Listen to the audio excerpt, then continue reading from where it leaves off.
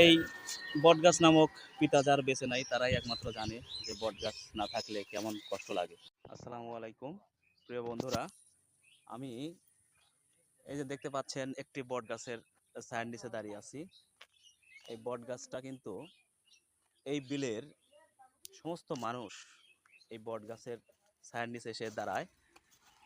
তো প্রিয় বন্ধুরা, বটগাছে শুধু ছায়ার নিচে দাঁড়ায় না, এই বটগাছটার উপরে দেখুন অনেক পাখির বাসা রয়েছে। এই পাখির বাসাগুলো, অনেক পাখির বাসা কিন্তু এই বটগাছে রয়েছে। বন্ধুরা দেখুন, বটগাছটা অনেক বড় বটগাছ। এখানে অনেক পাখির বাসা, অনেক পাখি এখানে এসে বাসা বেঁধেছে। মূলত এই কথা বলার উদ্দেশ্য, এই বটগাছের নিয়ে এই কথা বলার উদ্দেশ্যটা হলো এটাই যে এত বড় বটগাছ কত বড় ছায়া নিয়ে মানুষকে সেবা দিচ্ছে।